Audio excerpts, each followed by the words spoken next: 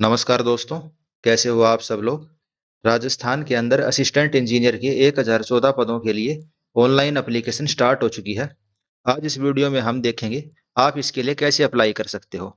जैसे कि आप आरपीएससी की वेबसाइट के ऊपर नोटिस के अंदर देख सकते हो, assistant engineer combine competition exam, advertisement number 10 2024। तो इस एडवर्टीजमेंट के अंदर देखिए टोटल 1014 पोस्ट हैं। तो असिस्टेंट इंजीनियर की इतनी सारी एक साथ पोस्ट काफी कम ही आती हैं, तो आपके लिए काफी अच्छी अपॉर्चुनिटी है। सिविल, मैकेनिकल और इलेक्ट्रिकल तीनों के स्टूडेंट इस फॉर्म को भर सकते हैं। आप डिपार्टमेंट देखिए, पीएचईडी इसके अंदर असिस्टेंट इंजीनियर की 365 वैकेंसी है। जनरल की उसमें से 87 है और बाकी कैटेगरी की भी आप देख सकते हो।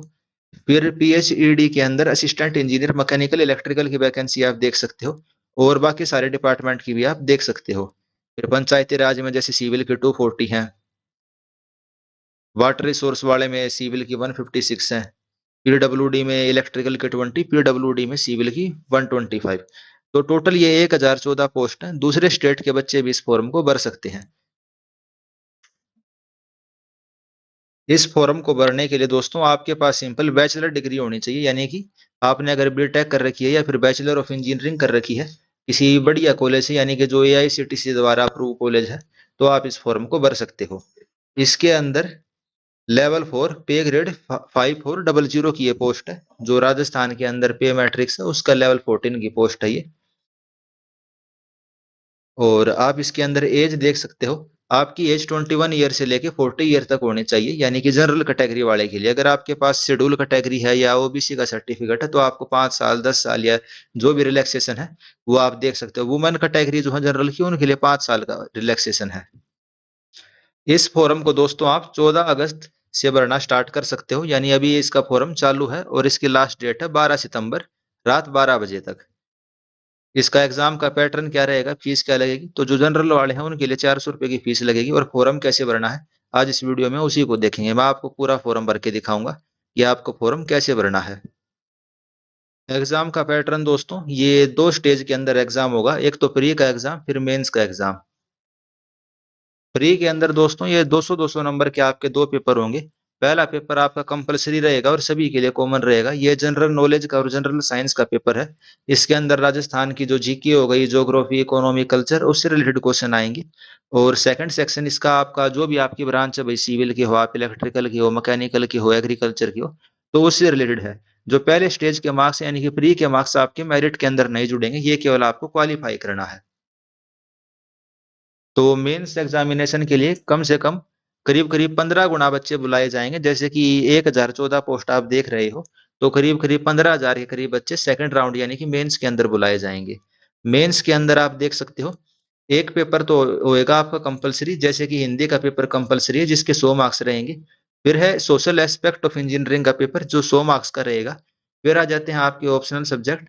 ये 200-200 मार्क्स के 2 पेपर होंगे, यानी कि जो भी आपकी ब्रांच है, सिविल, इलेक्ट्रिकल, मैकेनिकल। तो मेंस के अंदर आप देख सकते हो, यानी सिविल इंजीनियरिंग हो गई आपकी 400 की, और सोशल एस्पेक्ट ऑफ इंजीनियरिंग 100 की, और हिंदी हो गई आपकी 100 मार्क्स की। उसके बाद फाइनल स्टेज पे होएगा आपका इंटरव्यू। इंटरव्यू जो है आपका, भाई आपने मेंस पास कर दिया, मिनिमम मार्क्स हैं 35% मेंस के अंदर, ठीक है। और इंटरव्यू है 72 मार्क्स का। इंटरव्यू के अंदर आपकी जनरल पर्सनैलिटी वगैरह देखी जाएगी। भाई इंटरव्यू का तो आपको पता ही रहता है क्या चीज होती है। तो ठीक है दोस्तों, अब हम इसका फॉर्म देख लेते हैं। आपको आरपीएससी की वेबसाइट के ऊपर जाना है। आप यहाँ आरपीएससी ऑनलाइन को देखिए, जहाँ आपको अप्लाई ऑनलाइन सेलेक्ट कर लेना है। इसी सब स्टेप को आप फोन से भी कर सकते हो और कंप्यूटर से भी कर सकते हो। फिलहाल मैं इसको लैपटॉप से अप्लाई करने लग रहा हूँ। उसके बाद आपको आरपीएससी एप्लीकेशन पोर्टल का सिलेक्शन ये आपके पास खुल जाएगा।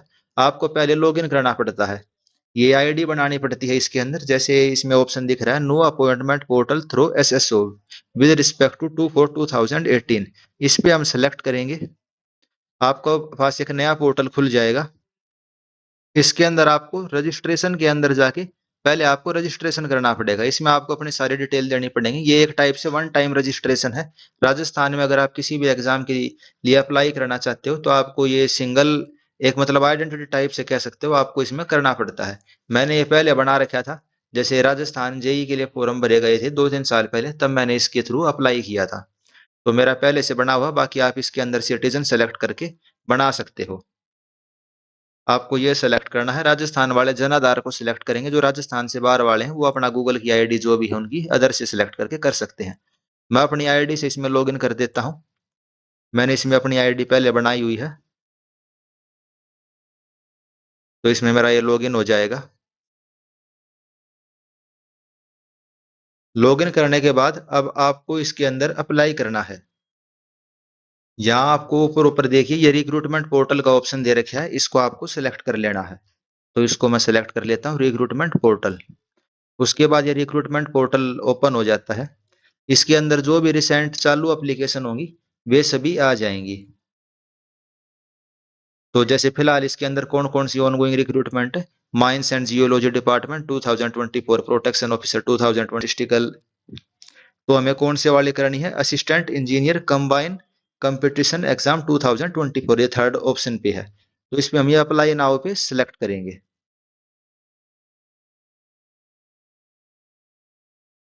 इसमें ये लिखा आ गया, please update detail on the one time registration page of the recruitment portal. तो हमें डिटेल अपडेट कर लेनी, क्योंकि 2-3 साल बाद मैं इसको वो करने लग रहा हूँ। तो इसको मैंने ओके पे सिलेक्ट किया। यहाँ आप ऊपर देखिए पोर्टल अभी ओपन होने लग रहा है। तो ये स्टेट रिक्रूटमेंट पोर्टल ओपन हो जाता है। इसके अंदर हमें अपनी सारी डिटेल डालनी पड़ेगी। जैसे कि आप राजस्थान के रेजिडेंट हो, जैसे मैं राजस्थान का निवासी नहीं हूं तो मैं नो करूंगा और इसमें फिर अपना आधार कार्ड डालूंगा।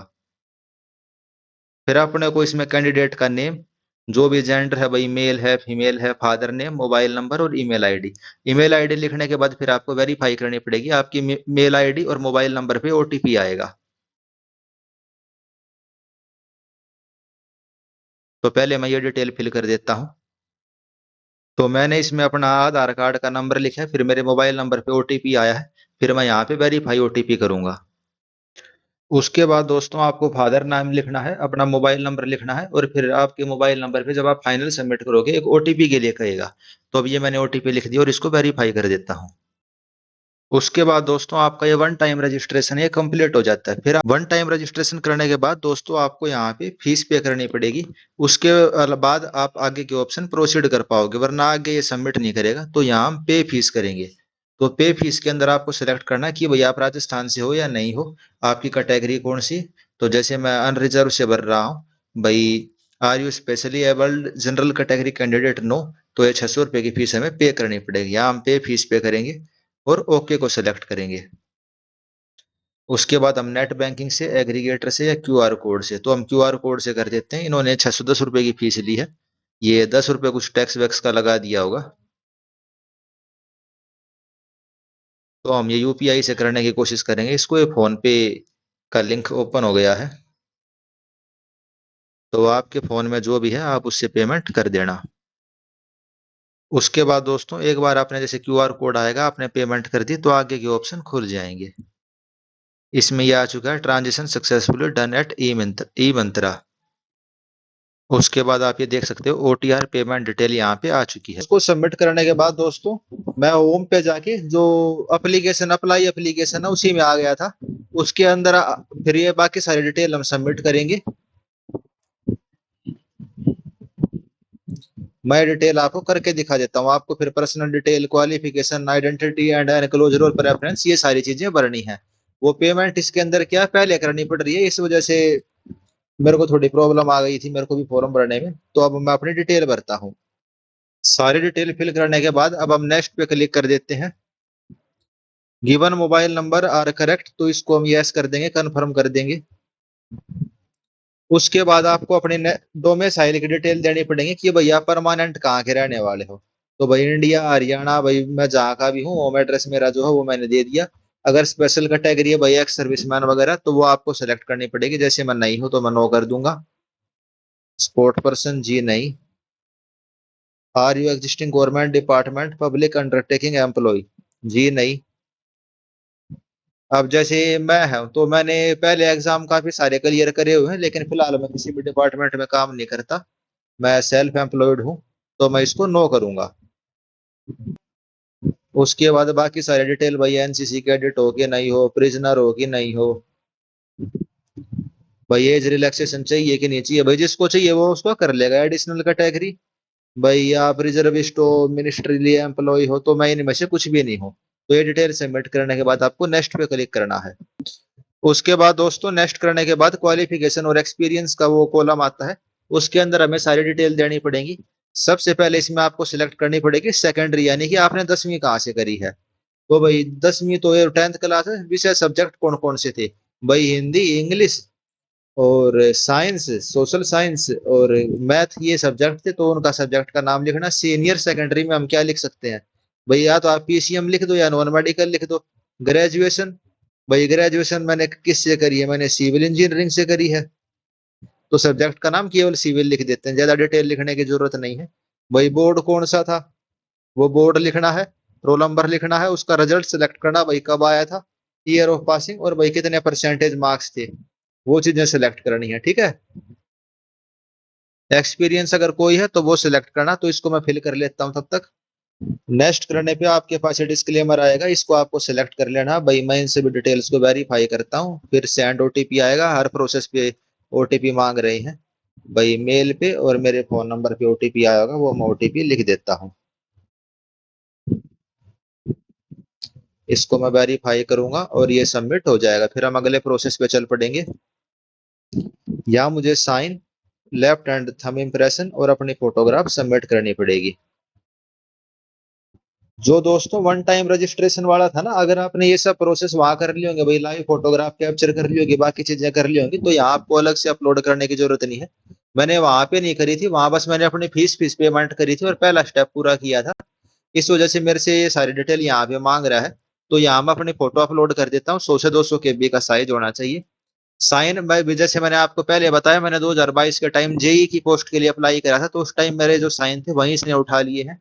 और लेफ्ट हैंड इंप्रेशन भाई, लेफ्ट हैंड का जो अंगूठे का निशान है वो आपको लगाना है। अगर भाई आपके पास वो क्या बोलते हैं इंक वगैरह नहीं है, तो जो कैसा पेन होता है ना स्याही वाला, उस वाले से, जेल पेन के लो, स्याही वाला पेन के लो, उससे अपने अंगूठे के पेन से लगा के एक सादे कागज पे ले लेना लेफ्ट हैंड इंप्रेशन, और वो अपलोड कर देना। तो इन सब को मैं अपलोड कर लेता हूँ तब तक। साइन, फोटो और सब कुछ अपलोड करने के बाद हम नेक्स्ट पे जाएंगे। इमेज और जो आपका लेफ्ट हैंड का इंप्रेशन है वो सबमिट करने के बाद दोस्तों आपको प्रेफरेंस सिलेक्ट करनी पड़ेगी।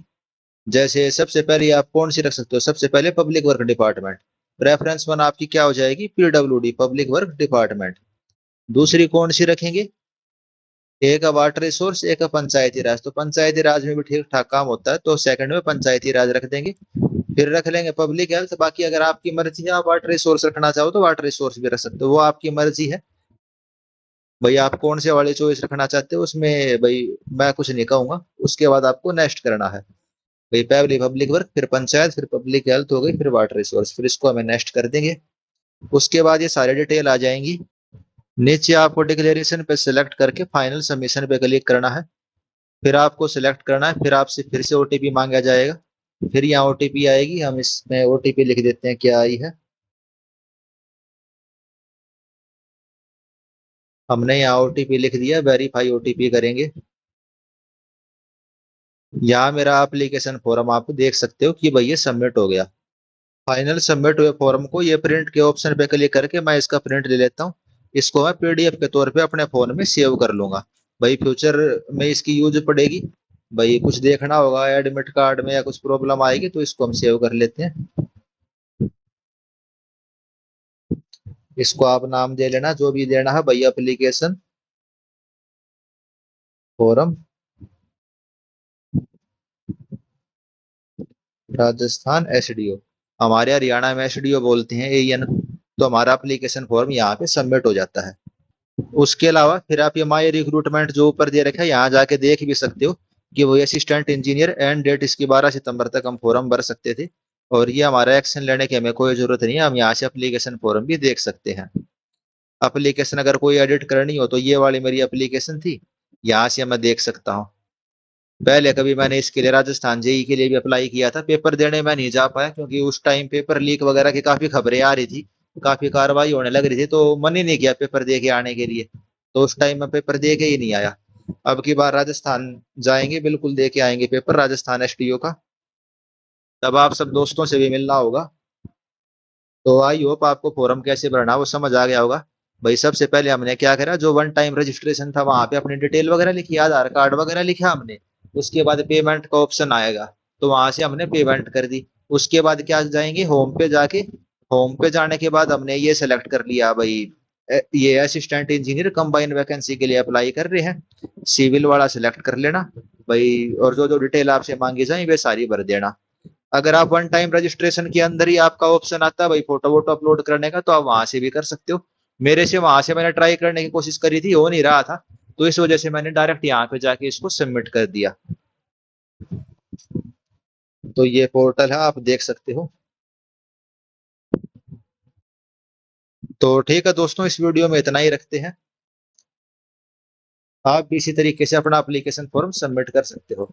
बाकी ये एसएसओ वगैरह की ये सारी चीजें तो इसने मेरे से मांगी नहीं, क्योंकि ये डायरेक्ट मैंने फिर वहीं से जाके अप्लाई कर दिया था, होम के अंदर जाके यहाँ से अप्लाई किया था।